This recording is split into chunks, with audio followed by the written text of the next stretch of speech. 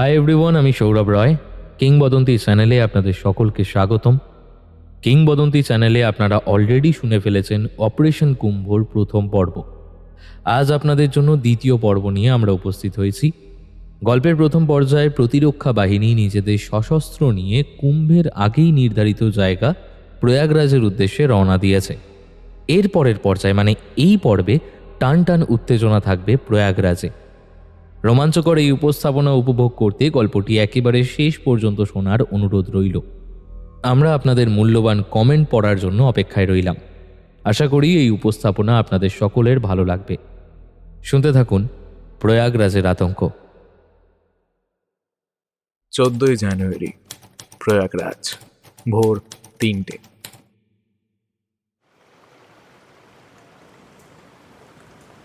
ভোর রাত থাকতে থাকতেই পুরাণ মতে ব্রহ্ম মুহূর্ত থেকেই বিভিন্ন সাধু সন্ন্যাসী নাগা সাধুরা নিজের ইষ্ট নাম উদার কণ্ঠে উচ্চারণ করতে করতেই নেমে পড়েছিলেন গঙ্গার বুকে। আজ তাদের অনেক কাজ। বছরের বিশেষ কয়েকটি দিনেই নিজেদের গোপন সাধন ক্ষেত থেকে বেরিয়ে লোকালয়ে নেমে আসেন ওনারা। কয়েকটি মাত্র দিন বিভিন্ন পণ্যভূমিতে পূজা অর্চনা সাধন ভজন করে ফিরে যান আবার নিজেদের আবাসস্থলে। তেমনই একটি দিন হলো মকর সংক্রান্তির পূর্ণ লগ্ন। তাই ব্রহ্ম মুহূর্ত শুরু হতেই তারা একে একে যাত্রা শুরু করেছিলেন গঙ্গা মায়ের বুকে ডুব দিয়ে নিজেদের আরও শুদ্ধ করে ঈশ্বরের কাছে নিজেদের সমর্পিত করে দিতে। সাধুদের সাথেই মিশে গঙ্গার দিকে এগিয়ে যাচ্ছিলেন এক সৌম্যকান্তি তুলনামূলক কম বয়সী এক সাধু। মুখে ইষ্ট নাম উচ্চারিত হলেও তার কান পড়েছিল আশেপাশের কথোপকথনের উপর। দৃষ্টি সামনের দিকে থাকলেও লক্ষ্য করলেই বোঝা যাচ্ছিল সুযোগ পেতেই ক্ষুরোধার দৃষ্টি প্রায় স্ক্যান করে নিচ্ছে আশেপাশের সমস্ত কিছু। গঙ্গা বক্ষে স্নান সেরে এসে আবার বসে পড়েছিলেন নিজের কম্বলের আসনে। ততক্ষণে গঙ্গা বক্ষ ভরে যেতে শুরু করেছে সাধারণ মানুষের ভিড়ে। ছোট ছোট স্পেশাল ফোর্সের টিম সাধারণ মানুষের ছদ্মবেশে মিশেছিল তাদের মাঝেই। গঙ্গা বক্ষে কিছু প্রাইভেট লঞ্চ ছাড়াও ঘুরে বেড়াচ্ছিল নজরদারি করা সরকারি বোটও। মাঝে মাঝেই আকাশের ওপর দেখা যাচ্ছিল টহল দিচ্ছে ডিউটিরত বিমানের দল। এছাড়াও সাধারণ মানুষের সাথে ভিড়ের মাঝে মিশে বেশ কয়েকজন মানুষ খুঁটিয়ে খুঁটিয়ে লক্ষ্য করছিল ভারতীয় সেনার যাবতীয় কার্যকলাপ। সেই মতোই ঠিক হচ্ছিল তাদের পরবর্তী অ্যাকশনের সময়সূচি।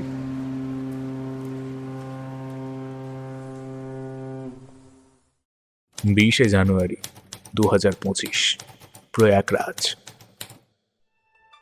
হিসেব মতো প্রায় দিন 6 কেটে যাওয়ার পরেও তেমন কিছু না ঘটায় কিছু মানুষ নিশ্চিন্ত হচ্ছিল বটে, আর কিছু মানুষ ডুবে যাচ্ছিল আরো গভীর ভাবনার অতলে। এমনটা তো হওয়ার কথা ছিল না। খালিস্তানি নেতা গুরুপত বন্ত সিং পানুন্নের দলের ছেলে বর্ডার ক্রস করে প্রয়াগরাজ ঢুকে পড়েছে, সে বিষয়ে পাক্কা খবর রয়েছে র এবং এনএসজি কমান্ডোদের কাছে।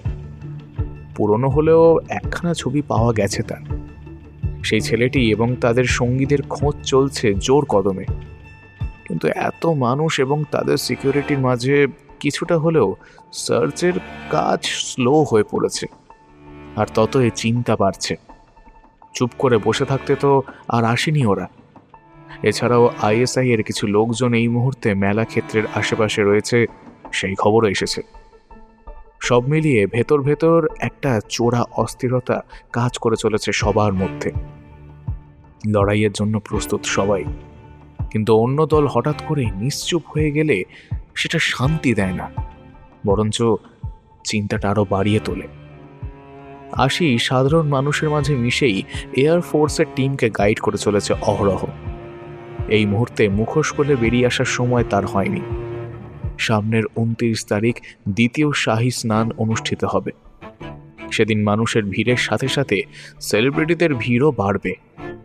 প্রথম দিনটা চুপচাপ থেকে ওরা চাইছে সবাইকে কনফিউজড করে দিতে, কিন্তু সেটা হওয়া যে চলবে না সেটা চিফ স্যার খুব যত্ন করে বুঝিয়ে দিয়েছেন সবাইকে। 28শে জানুয়ারি, রাত 2টো, প্রয়াগরাজ।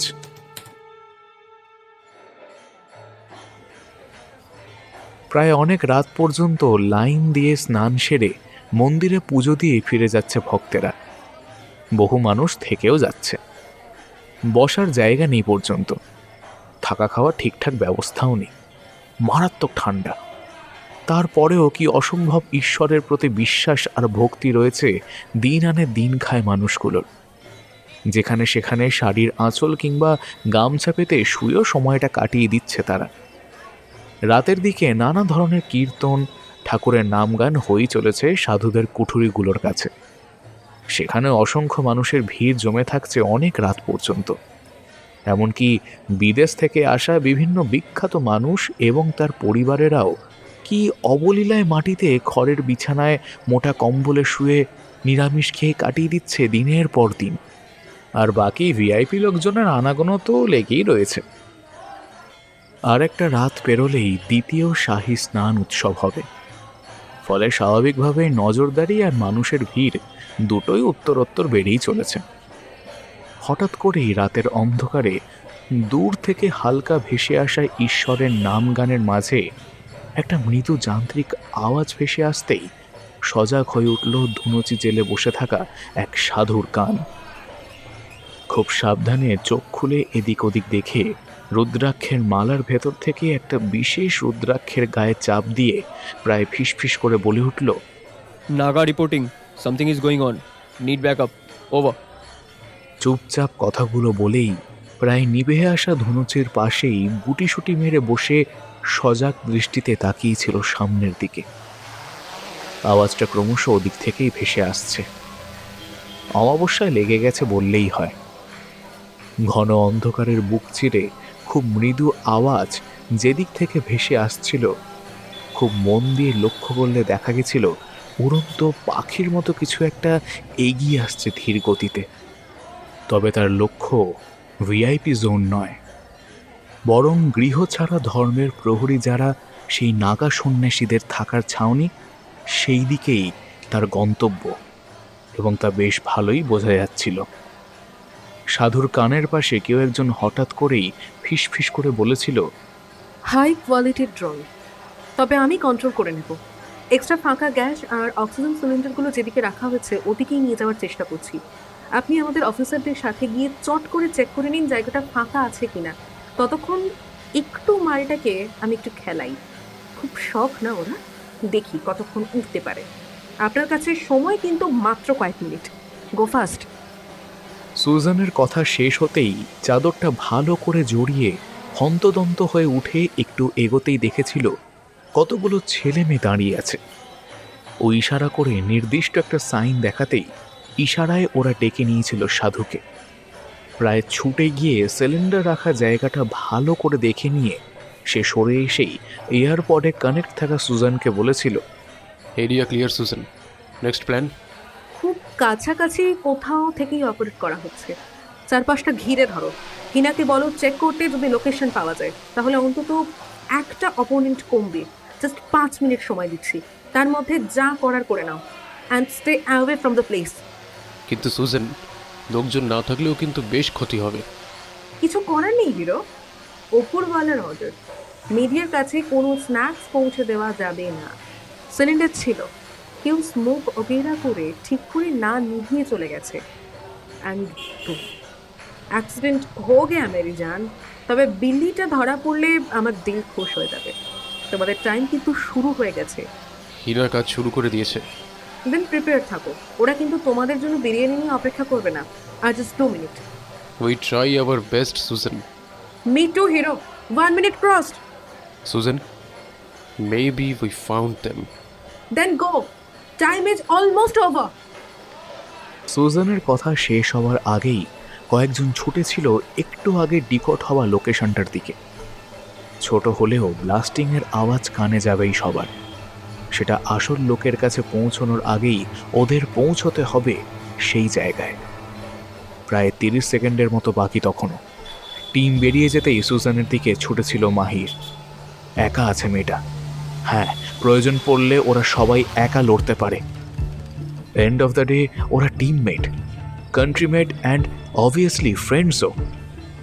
টিমকে একা ছেড়ে দেওয়া না ওদের প্রফেশন শিখিয়েছে, আর নাই বা ইমোশন। ড্রোনটা ঠিকঠাকই যাচ্ছিল। ছোট্ট হোটেলের মতো সরাইখানা টাইপ জায়গাটাতে বসে ল্যাপটপে অপারেট করছিল ও কাজটা। ড্রোনটা ঠিকঠাক জায়গায় একবার পৌঁছে দিতে পারলে ওর বদলা নেওয়ার স্বপ্ন কিছুটা হলেও পুরো হবে। কাফেরেরা আজও বুঝবে নিজেদের মাটিতে নিজের জীবনের দাম না থাকলে কেমন লাগে, কেমন লাগে ওদের নিজেদের দেশ থাকার পরেও ফকিরের মতো এই দেশ ওই দেশের কাছে আশ্রয় চেয়ে ঘুরে বেড়াতে। ঠিকঠাকভাবেই হচ্ছিল সব। অন্ধকার হলেও লোকেশন যেহেতু সেট, তাই খুব সমস্যা হওয়ার কথা ছিল না। কিন্তু বেশ খানিকক্ষণ পর রঘুবীর বুঝতে পেরেছিল কিছু একটা তো গন্ডগোল হচ্ছে। বারবার চেষ্টা করেও যেন ড্রোনটা কন্ট্রোল করতে পারছিল না। বেশ কিছুক্ষণ চেষ্টা করার পরে একটু ঘাবড়েই গেছিল ও। আরিফ এখানে এসে ওর সাথে থাকেনি। আদিল ভাইজানের হুকুম মতো ওরা আলাদা আলাদাভাবে রয়েছে, যাতে কখনো তেমন কিছু হলে একসাথে ধরা না পড়ে। কিন্তু এই মুহূর্তে পরিস্থিতি যা, তাতে আরিফকে আসতে বলতে না পারলেও ফোন করে অন্তত একবার বিষয়টা জানানো দরকার। স্ক্রিনের দিকে তাকিয়ে বুঝতে পারছিল সময় কমে যাচ্ছে। ভুল জায়গায় ব্লাস্ট হলে ওদের পুরো প্ল্যানে অনেক সমস্যা হতে পারে। তাই দেরি না করে তাড়াতাড়ি ফোনটা বের করে আরিফের নাম্বারটা ডায়াল করতেই যাচ্ছিল রঘুবীর। আর ঠিক তখনই ওর ঘরের দরজায় ধাক্কা পড়তে শুরু হয়েছিল জোরে জোরে, খুব জোরে। মনে হচ্ছিল যেন আর কয়েকটা মুহূর্ত, তার মধ্যেই ভেঙে পড়বে দরজাটা।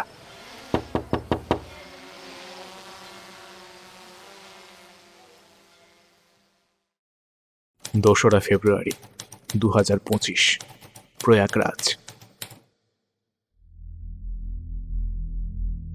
বেশ কয়েকদিন হলো রঘুবীরের খবর পাওয়া যাচ্ছে না। অবশ্য এখানে এলে এরকম হতে পারে, বা প্রয়োজন পড়লে নিজেকে লুকিয়ে রাখতে হতে পারে, এটা জানার পরেও একটা ছোট্ট হুল যেন বুকের ভেতর ফুটে কুটকুট করছিল আরিফের। কিন্তু আপাতত ধৈর্য ধরা ছাড়া উপায় নেই। ওদের এক একজনের ভাগে এক একটা কাজ আছে, সেগুলো শেষ না হওয়া পর্যন্ত ভাবনা চিন্তা করার অবকাশ নেই ওদের কাছে। তাই শান্ত হয়ে নিজেদের পরবর্তী পদক্ষেপের কথা ভাবছিল। সেদিন রাতে ব্লাস্ট তো একটা হয়েছিল, তবে ভুল জায়গায়। সেটার জন্যই হয়তো বীর নেক্সট অ্যাটেম্পট নিয়ে ভাবনা চিন্তা করছে। তবে আপাতত ওর টার্ন। কাজটা যেভাবেই হোক এবার করতেই হবে, না হলে ভাইজানকে কিছু বলার মতো জায়গা থাকবে না। চোখের সামনে কাফেরদের এই উচ্ছল হাসি মুখ, বেহায়াগিরিগুলো আর সহ্য হচ্ছে না যেন তার। গা জ্বলে যাচ্ছে রোজ দিন দেখে। মৌনী অমাবস্যার আগের দিন রাতের ব্লাস্টের ঘটনাটা দুর্ঘটনা বলেই জানানো হয়েছে মিডিয়াকে এবং একরকম গভর্নমেন্টকেও। পুরো বিষয়টা জানে কয়েকজন কমান্ডো অফিসার আর র চিফ, আর যারা সেই মুহূর্তে ফিল্ডে ছিল তারা। তবে সেই ঘটনার পর আবার সবকিছু বেশ স্বাভাবিক চলছে। দু চারটে আক্ষরিক অর্থেই দুর্ঘটনা ছাড়া তেমন কিছুই ঘটেনি। বাকিরাও তাই রোজের কাজ ছাড়াও বেশ সজাগ হয়েই রয়েছে।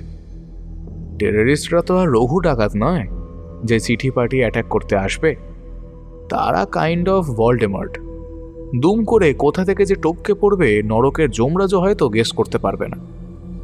স্নান করতে গিয়ে ভিড়ের মাঝে মিশে বেশ কিছু আর্মস এই মুহূর্তে জমা হয়েছে আরিফের কাছে। আরো দু একজন পৌঁছে গেছে এখানে, ছড়িয়ে আছে মেলার বিভিন্ন জায়গায় তারা। কালকে রাতেই ওদের এবারের সবচেয়ে বড় অ্যাটেম্পটা নেওয়া হবে। 3রা ফেব্রুয়ারি, হিন্দু মতে বসন্ত পঞ্চমী ওই দিন। আরিফ ঠিক জানে না, তবে শুনেছে এই দিনটা এদের কাছে বড় পবিত্র দিন। তাছাড়া আরেকটা শাহী স্নানের যোগও আছে নাকি, মানে মানুষের ভিড়ের রেশিওটাও বাড়বে। প্রথম দিকে মানুষের ঢল যত বেশি থাকে, শেষের দিকে কমতে কমতে রীতিমতো শেষের দিকেই হয়ে যায়। শেষ পর্যন্ত ওই কিছু লোকজন আর ভণ্ড সাধু সন্তগুলো রয়ে যায় আর কি। তাই এই দিনটাকে ওরা সেট করেছে। একটা নয়, একসাথে 2টো টার্গেট কমপ্লিট করতে হবে ওদের। আর তারপরেই হবে শেষ ধামাকা, যেটার পরে হিন্দুস্তান তো পা ভেঙে পড়ার মতো আছড়ে পড়বেই। আর সেই দিনটা দেখার জন্যই অপেক্ষা করে আছে আরিফ সহ আরো অনেক খোদার বান্দারা।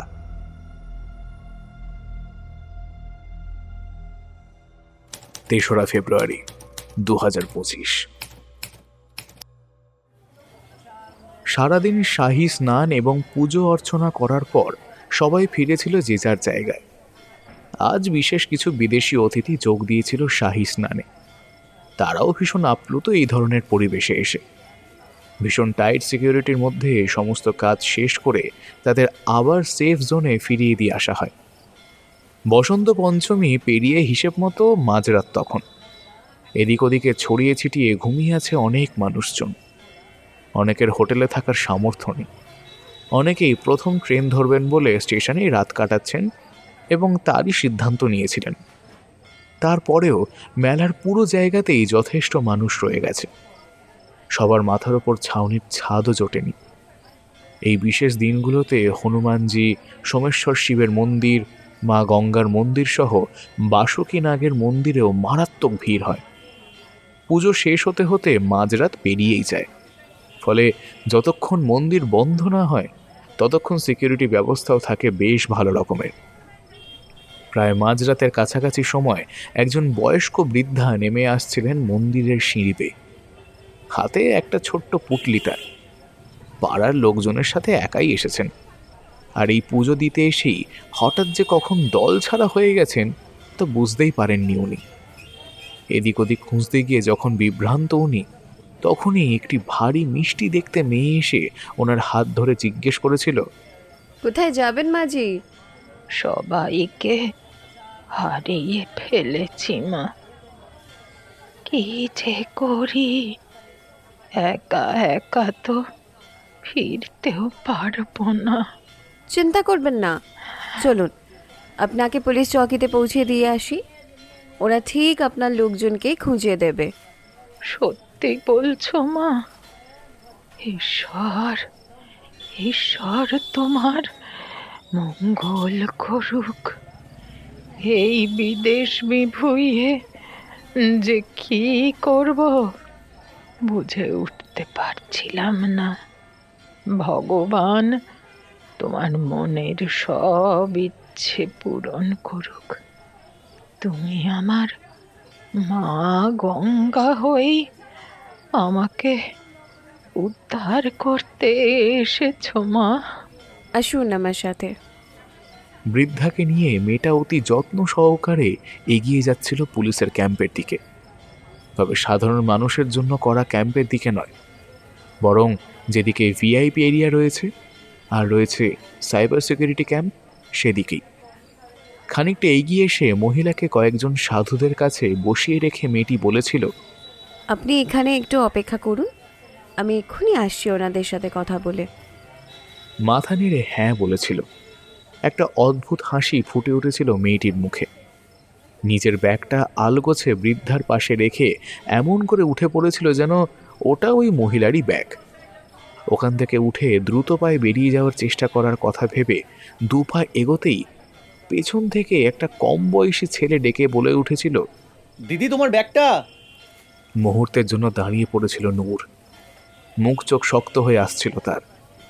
তবুও যতটা সম্ভব নিজেকে স্বাভাবিক রেখে পেছনে ঘুরে বলেছিল, আমার ব্যাগ কই? না তো, ওই আন্টিজিরই ব্যাগ হবে হয়তো। না দিদি, মাঝির তো কাপড়ের থলে, এরকম ব্যাগ তো মাঝি আনেননি। এটা তোমার, আমি তোমাকে রাখতে দেখেছি এখানে। ভুল দেখেছো তুমি। আমার দেরি হচ্ছে, চৌকিতে গিয়ে ওনার জন্য হেল্প চাইতে হবে। ওনার পরিচিত লোকজনেরা হারিয়ে গিয়েছেন। এত তারা কিসের মিস নূরজাহান? ওদিকে তো স্পেশাল ফোর্সের ক্যাম্প, জেনারেল হেল্প ক্যাম্পগুলো তো এদিকে নেই। তাহলে এদিকে কি মনে করে? হঠাৎ করেই পেছন থেকে অচেনা অথচ গম্ভীর গলায় নিজের নামটা শুনে ভেতর ভেতর চমকে উঠেছিল নূর। পেছন ফিরে তাকিয়ে দেখেছিল ছাপা সুতির শাড়ি পরা একটা মেয়ে দাঁড়িয়ে আছে ওর সামনে, হাতে তার রিভলভার। আর সেটা যে মোটেও শুধুমাত্র ভয় দেখানোর জন্য ওর দিকে তাক করা হয়েছে, এটা ভাবার ভুল নূর করতেই পারে না। তবুও হাসি হাসি মুখ করে আশির দিকে তাকিয়ে জিজ্ঞেস করেছিল, নূরজাহান? কে নূরজাহান ম্যাডাম? আমি আমি তো কুসুম। আচ্ছা, সে হতেই পারে। মিশনে গেলে কোড নেম সবারই থাকে। তা কুসুম ওরফে নূর আক্তার, আপনার আব্বু যে নিজেই আমাদের সব জানিয়েছে। তাই এখানে দাঁড়িয়ে তর্ক না করে ভালো হয় না কি আমরা একটা ঠিকঠাক জায়গায় গিয়ে বসি? আমারও তো অনেক কথা আছে তোমার সাথে, সেসব কি আর এভাবে দাঁড়িয়ে দাঁড়িয়ে হয়? আব্বু আব্বু বলেছে, অবশ্য বলবে নাই বা কেন? আব্বু তো এরকমই গাদ্দার, যে নিজে সুযোগ পেয়ে নিজে ভালো থাকতে দেশকে ভুলে যেতে পারে, তাকে গাদ্দার বলাই ভালো। তোমার আব্বু গদ্দার নয় নূর, সচ্চা মুসলমান, সচ্চা আদমি আছে, যিনি চেয়েছিলেন তোমরা দুই ভাই বোন মানুষ হও। পাকিস্তান থেকে কোরআনের নামে মাথার মধ্যে শয়তানের ঘর যেন না বানাও। দুঃখ লাগছে জানো তো, মানুষটা শেষ রক্ষা করতে পারলেন না। ওরকম আব্বুর দয়ায় বেঁচে থাকার চেয়ে আমি আল্লাহর দেওয়া পথে হাঁটতেই বেশি পছন্দ করব, বুঝেছিস? তুমি তো বিরাট বড় ইঞ্জিনিয়ারই শুনেছি, তা এত পড়াশোনা করে এই বুঝলে মা বাবার যে বাইরের লোকজনের কথা সাচ্চা লাগলো তোমার? তোমার আল্লাহ কোন জাঙ্গের কথা লিখেছেন কোরআনে বলবে আমাকে একটু নূর? আমার আর কোনো কথাই বলার নেই। I don't fucking care of anything. আমার যা করার আমি করে দিয়েছি, এবার আর তোমাদের হাতেও আর কিচ্ছু নেই। কালকে সকালের নিউজ পেপারে বড় বড় করে ছাপা হবে, হিন্দুস্তান এখন মুর্দাদের লাশ নিয়ে কুম্ভ মেলা করছে, জশন করছে।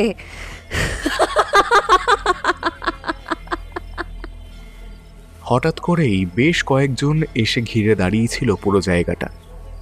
খুব তৎপরতার সাথে আশেপাশের লোকজনদের সরিয়ে নূরকেও একটু একটু করে দূরে নিয়ে যাওয়ার চেষ্টা করতেই ও গর্জে উঠেছিল, এই একদম চালাকি নয়, বুঝেছিস তো? একদম চালাকি নয়, হয় আমাকে চুপচাপ যেতে দে, নয়তো এর নতিজা কিন্তু খুব খারাপ হবে। হোক, আমরা সবাই তৈরি আছি, দেখি কত খারাপ করতে পারিস তুই। বিশাল, ওইখানে একটা ব্যাগ আছে, সাবধানে বোম স্কোয়াডের লোকজনকে ডেকে চেক করতে বলো। And you miss Noor, move move. আমি সরে গেলেই কি সব ঠিক হবে আজ? এত সহজ নূরকে হারিয়ে দেওয়া? হ্যাঁ, আমি যা চেয়েছি তাই পেয়েছি, আর তাই করেওছি আজ পর্যন্ত। কে বলেছে আজ সেই রুল আমি ব্রেক করব? কথাগুলো শুনে একটু অদ্ভুত লাগছিল আশির। এরকম একটা পরিস্থিতিতে দাঁড়িয়ে এভাবে যে কথা বলতে পারে, তাহলে কি অন্য কোনো প্ল্যান আছে কি ওর? সাথে কোনো ওয়েপেন থাকলে এতক্ষণে অবশ্যই সেটা বের করত, কিন্তু সেটা করেনি যখন, তখন ধরে নিতেই হয় সাথে কিছু নেই। তাহলে মেয়েটা ডেসপারেট হয়ে উঠেছে কোন সাহসে? নিজেকে শান্ত করে তাও জিজ্ঞেস করেছিল, গুড টু হিয়ার দ্যাট। তোমার মতো মেয়েরা চাইলে মানুষের অনেক কাজেই আসতে পারত, বাট ব্যাড লাক, ভুল মানুষের হাতে পড়ে নিজের সব কিছু খুইয়েছ। নাও লিসেন টু মি, যেভাবে বলছি সেভাবে চলো আমার সাথে। অর্ডার দিচ্ছ? ভাবতে চাইলে ভাবতেই পারো। তাহলে আমিও বলছি, I am not your slave, so don't try to act like my boss. আর তাছাড়া আর তো কয়েক মিনিট, তারপরে কি কি করতে চাইছো নূর? সময় হলেই দেখতে পাবে। আর তো একটুখানি সময়। কয়েকজন কমান্ডো এগিয়ে আসতে চাইছিল, তবে হাত তুলে ওদের দূরেই দাঁড়াতে বলেছিল আশি। কিছু একটা ক্যালকুলেশন করছিল মনে মনে সে, আর তখনই কিছু একটা আন্দাজ করে যেন চমকে উঠেছিল, প্রায় চিৎকার করে উঠেছিল, Stay away everyone, she is herself a bomb, a human explosive, so stay away. Ashi, you're also in danger, yaar. Don't panic yaar, it's our duty. আমাদের সবার সব স্টোরি সেম হয় না, আমি না থাকলেও আমাদের লড়াইটা যেন থেমে না যায়, হেরে না যাই আমরা। চিফ কিন্তু আমাদের উপর ভরসা হারাননি কোনোদিন, আমরা ওনাকে হেরে যেতে দিতে পারি না মাহির। Don't talk like a foolish. Shoot him now. তোর কি মনে হয় ও জানতো না শুট করতে পারি আমরা? কিন্তু ওকে শুট করলেই ও যেটা চাইছে সেটাই হবে। মানে? আমরা হেরে যাই সেটাই চাইছে ও, কিন্তু আমি তো সেটা হতে দেব না। স্মার্ট গার্ল, খুব তাড়াতাড়ি বুঝে নিয়েছো সব।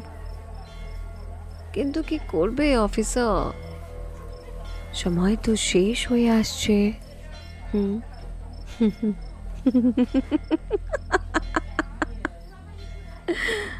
সব ক্যালকুলেশন না আমাদের টাইম মতো হয় না, যেমন আজকেরটাতেও হবে না।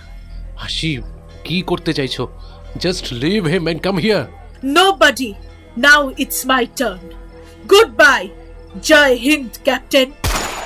কাউকে কিছু বুঝতে না দিয়েই হঠাৎ পরপর দুটো গুলি চালিয়েছিল আশি, নূরের পা লক্ষ্য করে। হঠাৎ এরকম একটা ঘটনার জন্য কেউই প্রস্তুত ছিল না। তবে তারপরেও কাজটা যে আশি করতে পারে সেটা আরও কেউ ভাবেনি। হঠাৎ করেই নূরের এই দুর্বলতার সুযোগ নিয়ে ওকে প্রায় পিঠে তুলে নিয়ে ছুটেছিল আশি সামনের দিকে। কিছুটা গেলেই গঙ্গা নদী। অন্তত ব্লাস্টটা ওখানে হলে মানুষগুলোর ক্ষতিটা কম হবে। একটা মানুষের পরিবর্তে 10টা মানুষের জীবন বেঁচে গেলেও তো সেটাই ভালো। এটাই তো শিখিয়েছে ওদের ট্রেনিংয়ে, ওদের কাজে। আগে মানুষের জন্য ওদের জীবন, তারপরেও কিছু রয়ে গেলে সেটা নিজের। খানিকক্ষণ হতবাক হয়ে দাঁড়িয়ে রয়ে গেছিল সবাই। এরকম একটা পরিস্থিতি তৈরি হতে পারে জানতো, তবুও ঠিক মেনে নিতে পারছিল না শরীর, আর কেউই ঠিক বিশ্বাস করতে পারছিল না। ওরা প্রত্যেকবার ফিল্ডে যায়, ফিরে নাও আসতে পারে সেটা জেনেই, তবুও আজ এই ঘটনাটা যেন সবাইকে ফ্রিজ করে দিয়েছিল। হঠাৎ করেই মাহিরের ফোনটা বেজে উঠতেই ঘোর ভেঙেছিল যেন ওর। রিয়াজ ফোন করেছে। কোনো রকমের ফোনটা রিসিভ করতে রিয়াজ ওদিক থেকে চিৎকার করে বলে উঠেছিল, হোয়াট হ্যাপেন মাহির? ব্লাস্টিং হয়েছে বলে মনে হলো, তাও জলের এদিকে। কি হয়েছে? Answer me captain. স্থির হয়ে সামনের দিকে তাকিয়েছিল মাহির। গঙ্গার জল তখনও কাঁপছে। ভেতর ভেতরে হয়তো সেই কাঁপন কিছু মানুষের শরীরে ছড়িয়ে পড়ছিল, তবে তা জানার না দিয়েই। দেখতে না পেলেও যেন সবাই বুঝতে পারছিল ঠিক কোন দিকে ঘুরে গেল পরিস্থিতিটা। তবে মাহিরের দৃষ্টি তখন অবিচল। হয়তো এই মুহূর্তে জলের সাথে মিশে যাচ্ছে রক্ত, এক্সপ্লোসিভের নোনতা গন্ধ। এই তো সামনেই ছিল মেয়েটা, হঠাৎ করে নেই হয়ে গেল যে। ঠিক বিশ্বাস হচ্ছিল না ওর। প্রতিবার দেখা হলে যে মেয়েটা আকাশের গল্প শোনাতো, আজ কয়েক মুহূর্তের মধ্যেই সে নিজে কি করে আকাশের বাসিন্দা হয়ে যেতে পারে। রিয়াজের কথাগুলো তখনও ঠিক কানে যাচ্ছিল না ওর।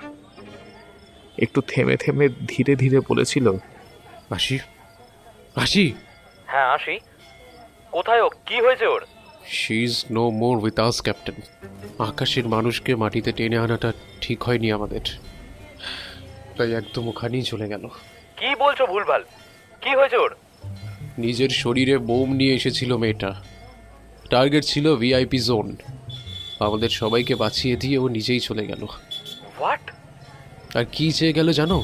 The victory. এই লড়াইটা আমরা যেন কোনোভাবেই না হারি, কিছুতেই যেন না হারি আমরা, কিছুতেই যেন হার না মেনে নিই। নূরের ঘটনা দূর থেকেই দেখেছে আরিফ। বায়োনোকুলারে চোখ রেখে M24 হাতে শক্ত করে ধরেই নির্ধারিত জায়গায় বসেছিল ও। ইন্ডিয়ান আর্মির চোখ এড়িয়ে এই জায়গাটায় পৌঁছতে কিংবা এই আর্মসগুলো জোগাড় করতে কম কাঠখড় পোড়াতে তো হয়নি ওদের। তাই তো দূর থেকেই নূরকে কভার করার দায়িত্ব পড়েছিল one of the best sniper shooter আরিফের ওপর। কিন্তু ওর কিছু বোঝা কিংবা কারোর আগেই তো সব শেষ হয়ে গেল। শীতের রাতেও বিন্দু বিন্দু ঘাম জমছিল আরিফের চোখে মুখে। মাথা কাজ করা প্রায় বন্ধ হয়ে যাচ্ছিল। তবে মস্তিষ্ক সতর্ক করতে সে ভোলেনি। সেই জায়গাটা এখন তার জন্য আর সেফ নয়। যে কোনো মুহূর্তে ফোর্স চলে আসতে পারে, আর তার আগেই পালাতে হবে ওকে। যত তাড়াতাড়ি সম্ভব নিজের ডেরায় পৌঁছে আদিলকে ফোন করেছিল আরিফ। শ্বাস তখনও ওর গলার কাছে আটকে আছে। একটা একটা করে পাত্তা হাত ছাড়া হচ্ছে ওদের। এবার কি তবে ওর টার্ন? ভাবনার মাঝেই ফোনের ওপার থেকে একটা ভারী গলা ভেসে এসেছিল। তোর কথাই ভাবছিলাম। নে চল, খুশখবরিটা শুনিয়েই দে, আর তো ইন্তজার হচ্ছে না। ভাইজান, ওরা ওরা নূর নেই ভাইজান। নূর? নূর নেই মানে? এ এ কি বেফালতু বাদ বকছিস রে? ফালতু নয় ভাইজান, নূর আমার চোখের সামনেই ব্লাস্টে সব শেষ হয়ে গেল ভাইজান। আমি একা পড়ে গেছি, এবার কি হবে? বীর কোথায়? ও সুয়ারের পিল্লা কি করছে? আজ কদিন ধরে ওর খোঁজ নেই ভাইজান। আমি যোগাযোগ করতে চেয়েছি কিন্তু পারিনি। ভাবলাম তোমার সাথে বাতচিত হয়েছে হয়তো। ভাইজান, এবার কি হবে? বীর কোথায়? আমি আমি এখন কি করব? আমার সাথে তো বেশ কয়েকদিন কোথাও হয়নি। এই বাচ্চা, শান্ত হয়ে যা। আমার কিছু একটা ঠিক লাগছে না। কি ঠিক লাগছে না ভাইজান? আমি কি করব এখন? আমার নেক্সট মুভটাই বা কি হবে? আগে ওখান থেকে বেরিয়ে আয় বাচ্চা, এখানে আয়, তারপর দেখছি কি করা যায়। আমাদের সব মহড়া একটা একটা করে সরে গেছে। এখন তোর কিছু করতে যাওয়া মানে আমাদের থাকাটা কনফার্ম হওয়া। আলী সাহাব কি বলেছে মনে আছে তো? যা বদনাম হবে ও খালিস্তানিরা আছে তো তার হিস্সা নেওয়ার জন্য। তোর আর ওখানে থাকার দরকার নেই। जितना जल्दी हो मेरे पास चले आओ। কিন্তু এখন এখান থেকে কিভাবে বেরোবো ভাইজান? ওরা তো সব দিক থেকে ঘিরে ফেলবে এতক্ষণে। ওরা যেখানে গड्ढा করেছে সেখান দিয়ে আসবি কেন তুই? এই সময় পানির দিকে ওদের নজর কম থাকবে। ওই রাস্তা দিয়ে বেরিয়ে আসতে হবে তোদের। বের থাক আর নাই থাক, ওদের আদমিরা বাকি প্ল্যান এক্সিকিউট করতে তো পাগলা কুত্তার মতো হয়ে গেছে। কিছু না কিছু তো করবেই, সেটা সুযোগই আমাদের নিতে হবে, বুঝেছিস? তৈরি থাক, সব ব্যবস্থা করে আমি জানাচ্ছি তোকে। জি ভাইজান, খুদা হাফিজ। বেফিকার রহো, ভাইজান আছে এখনো। এমন, খুদা হাফিজ। চিফকে ফোন করে যতটা সম্ভব গুছিয়ে সবকিছু বলেছিল মাহির। রিয়াজ নিজেও চুপ করে বসেছিল ল্যাপটপের সামনে। এই মুহূর্তে আরও বেশি করে সাবধান থাকতে হবে ওদের। নিজের কাজ ছেড়ে নেমে আসার সুযোগ কারোরই নেই। গঙ্গার উপর অন্যান্য সমস্ত জাহাজ, লঞ্চ এসবের মাঝেই একটা সাধারণ দেখতে অথচ বিশেষভাবে তৈরি লঞ্চের মধ্যে থেকেই ওয়াটার এরিয়ার পুরোটাই মনিটর করা হচ্ছিল। খুব স্বাভাবিকভাবেই আশির মৃত্যুটা অফিসিয়ালভাবে ডিক্লেয়ার হলেও সেটার সাথে এই ঘটনাটা জড়ানো হবে না। মেয়েটা যা ডিজার্ভ করত তার প্রাপ্যটা কোনোদিনই পেল না সে। তবে এটার নতুনই বা কি? তবুও তো আশির মৃত্যুটা মেনে নেওয়া হয়েছে। কত এজেন্ট, কত অফিসার দেশের জন্য কাজ করতে গিয়ে সারাটা জীবন দিয়ে দেয়, অথচ বেসিক নামটাও তাদের জোটে না। এখানে অন্তত ক্যাপ্টেন আশি ডালমিয়াকে পরিচয়হীনভাবে ছেড়ে দেওয়া হয়নি। সবকিছু শুনে কৃষ্ণন চুপ ছিলেন বেশ খানিকক্ষণ। ওনার one of the best fighter ছিল আশি। শুধু তাই নয়, এই ছেলেমেয়েগুলো ওনার কাছে তো শুধু অফিসার নয়, ওনার নিজের জীবনেরও আরেকটা অংশ বটে। সেখানে এক একজনের না থাকাটা এতটাই যন্ত্রণাদায়ক যে সেটা বলে বোঝানোর মতো নয়। খবরটা শোনার পর সুজানও চুপ করে বসে আছে, যেন কাজের সব ছন্দই ওলট পালট হয়ে গেছে একেবারে। খানিকক্ষণ পর চিফ নিজেই গলা ঝেড়ে বলতে শুরু করেছিলেন, এভরিওয়ান লেটস গেট আপ। আশির যাওয়াটা আমাদের কাছে অপূরণীয় ক্ষতি, কিন্তু আমাদের মনে রাখতে হবে ও কিসের জন্য এত বড় একটা স্টেপ নিল। যাওয়ার আগে কি চেয়ে গেল আমাদের কাছ থেকে? The victory. এই লড়াইটার শেষ দেখতে চেয়েছিল। এবার আমাদের সবাইকে মিলে শুধু নিজেদের ডিউটি নয়, ওই মেয়েটার শেষ ইচ্ছেটাও পূরণ করতে হবে। আর সেটাই হবে ক্যাপ্টেন আশি ডালমিয়ার জন্য উপযুক্ত গার্ড অফ অনার। আর আমরা সেটাই করব, তাই তো? Yes sir. মাহির, পারবেন আর একবার শক্ত হয়ে দাঁড়িয়ে আশির মৃত্যুর প্রতিশোধটা নিতে? পারবো স্যার। সুজান? রেডি আছি স্যার, আর একটা শুয়োরের বাচ্চাকেও বেঁচে ফিরতে দেব না, প্রমিস। আশি যা চেয়েছিল তাই হবে। It is the biggest war and we have to win that for Ashi. আমরা করব স্যার, যা যা করতে হয় আমরা তাই করব, শুধু হারব না, প্রমিস স্যার। নিজের রুমে বসে একটা ফোনের অপেক্ষা করছিল আরিফ। এই ফোনটার ওপর ডিপেন্ড করে আছে অনেক কিছু। নূর মারা গেছে, রঘুবীরের খবর নেই, খালিস্তানি ছেলেগুলো এখন ওকে পাগল করে দিচ্ছে। এদিকে ভাইজানের ইনস্ট্রাকশন না পেলেও নিজেও ও কিছু করতে পারছে না। সবকিছু কেমন যেন এলোমেলো হয়ে গেল। এবার যেন একটু ভয়ও লাগছে ওর। লড়তে গিয়ে মরে গেলেও ভয় নেই, জানে জান্নাত নসিব হবে। কিন্তু এইখানে এইভাবে ধরা পড়ে গেলে না, না আর ভাবতে চাইছে না আরিফ। ঠিক সেই সময়ে বেজে উঠেছিল ওর ফোনটা। হড়বড় করে ফোনটা রিসিভ করেই বলেছিল, खुदा हाफिज भाईजान, सब खैरियत? सब खैरियत। तो कैसा है मेरा बच्चा? খুদার দয়ায় এখন ঠিক আছে ভাইজান, কিন্তু এবার যে বুঝতে পারছি না কি করব। সব যে এলোমেলো হয়ে গেল। দেখ, তোর যা করার ছিল সেসব আগেই করে নিয়েছিস। এবার তোর একটাই কাজ আছে। কি ভাইজান, হুকুম করো। সিচুয়েশন জটিল হচ্ছে আরিফ, আমাদের যত তাড়াতাড়ি সম্ভব কানাডা ফিরতে হবে। এখন কদিন চুপচাপ থাক, তারপরে এই খালিস্তানি শুয়োরগুলোকে সব বুঝিয়ে দিয়ে পরিস্থিতি ঠান্ডা হলে চুপচাপ বেরিয়ে চলে আসবি। এবার আমাদের রুট আলাদা হবে। পাঞ্জাব থেকে অমৃতসরের রাস্তা ধরবো আমরা। ওখানে পৌঁছে এটিকিউ থেকে সোজা কানাডা বেরিয়ে যাব। ওরা যখন কুম্ভতে মারামারি করে মরবে ততক্ষণে আমরা বর্ডার পার। আমাকে তাহলে ঠিক কি কি করতে হবে ভাইজান? এবারে পুরো প্ল্যানটাই আলাদা। জানিসই তো আমাদের স্নাইপাররা তেমন কিছুই করতে পারেনি।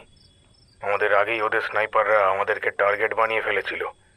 কিন্তু এবারে আমরা যেটা করব সেটা ওরা ভাবতেও পারছে না। কি হবে ভাইজান? আমরা আন্ডার ওয়াটার অ্যাটাক করব একসাথে, সি সাইড বর্ডার এরিয়াতে আর এখানে একসাথে হবে।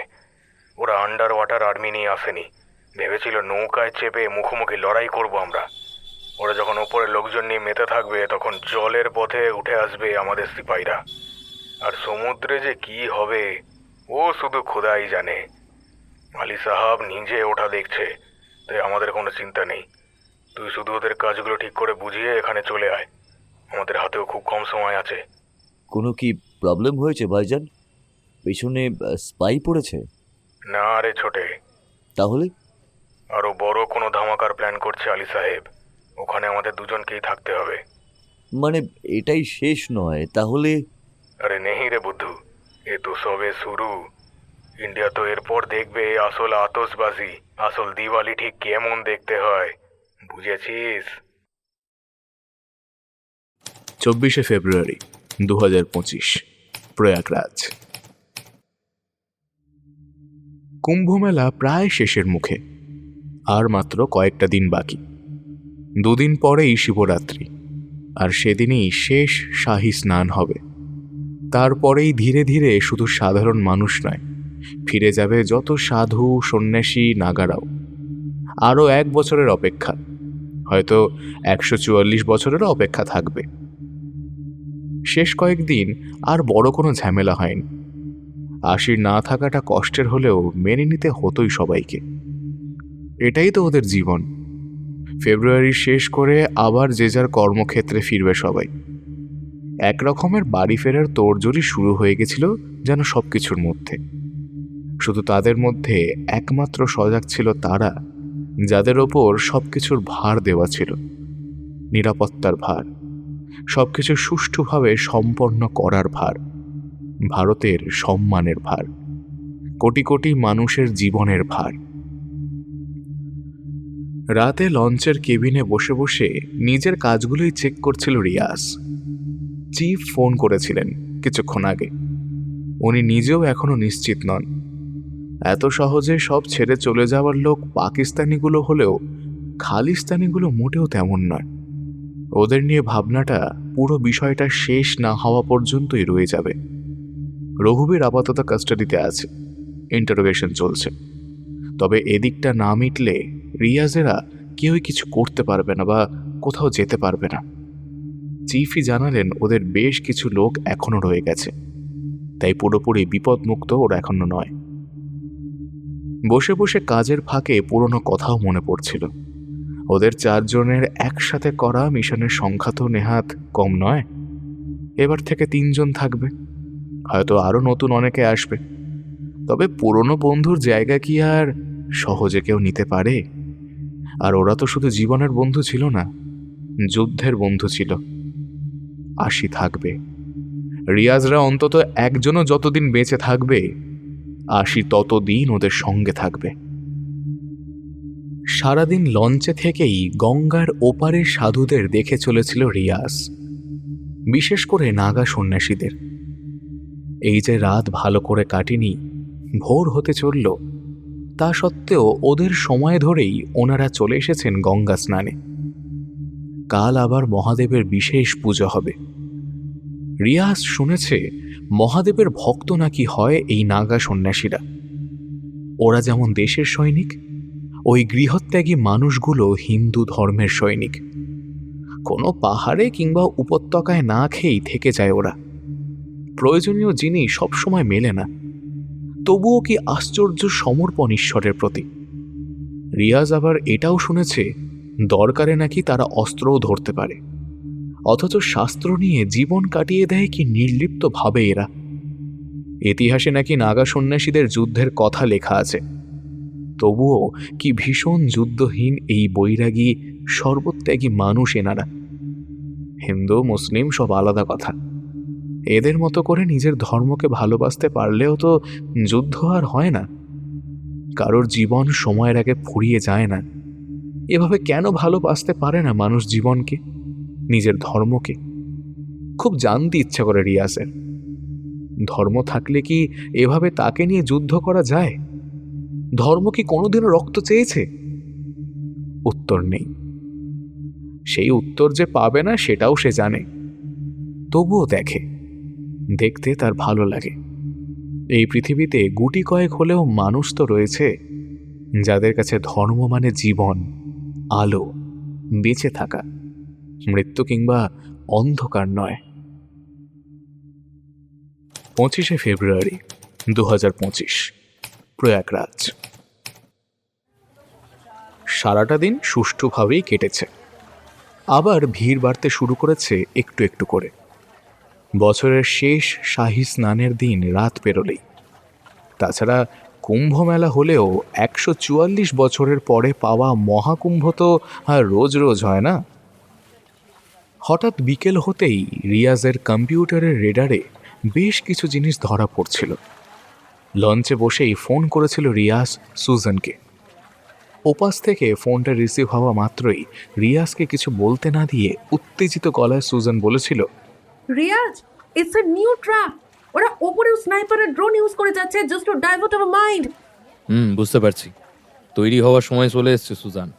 ওরা আন্ডার ওয়াটার অ্যাটাক করার প্ল্যান আগে থেকেই করে রেখেছিল, না হলে এত তাড়াতাড়ি এত কিছু অ্যারেঞ্জমেন্ট করা জাস্ট ইম্পসিবল।